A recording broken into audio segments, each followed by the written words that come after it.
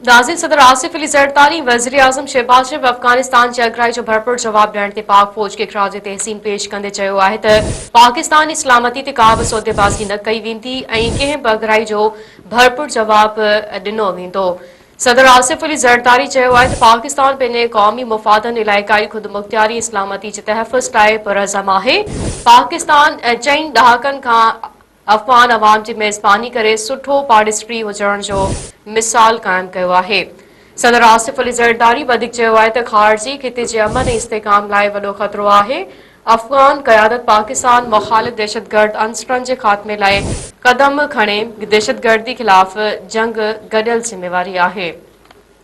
ॿिए तरफ़ वज़ीर आज़म शहबाज शरीफ़ चयो आहे त फील्ड मार्शल जी क़यादत में पाक फ़ौज अफ़गानिस्तान खे भरपूर जवाब ॾिनो आहे। हर अगराई जो भरपूर ऐं असराइतो जवाब ॾिनो वेंदो। अफ़गान हुकूमत पंहिंजी सरज़मीन पाकिस्तान जे ख़िलाफ़ इस्तेमाल थियण खां रोके। एक बार ॿीहर नाज़रीन अवां खे ब्रेकिंग न्यूज़ ॾियूं पिया। सदर आसिफ अली ज़रदारी ऐं वज़ीर आज़म शहबाज शरीफ़ अफ़गानिस्तान जे अगराई जो भरपूर जवाब ॾियण ते पाक फ़ौज खे ख़राज तहसीन पेश कंदे चयो आहे त पाकिस्तानी सलामती ते का बि सौदेबाज़ी न कई वेंदी ऐं कंहिं बि अगराई जो भरपूर जवाब ॾिनो वेंदो। सदर आसिफ अली ज़रदारी चयो आहे त पाकिस्तान पंहिंजे क़ौमी मुफ़ादनि, इलाइक़ाई ख़ुदमुख़्तियारी ऐं सलामती जे तहफ़्फ़ुज़ लाइ पुरअज़म आहे। पाकिस्तान 4 ॾहाकनि खां अफ़गान अवाम जी मेज़बानी करे सुठो पार्टिस्ट्री हुजण जो मिसाल क़ाइम कयो आहे।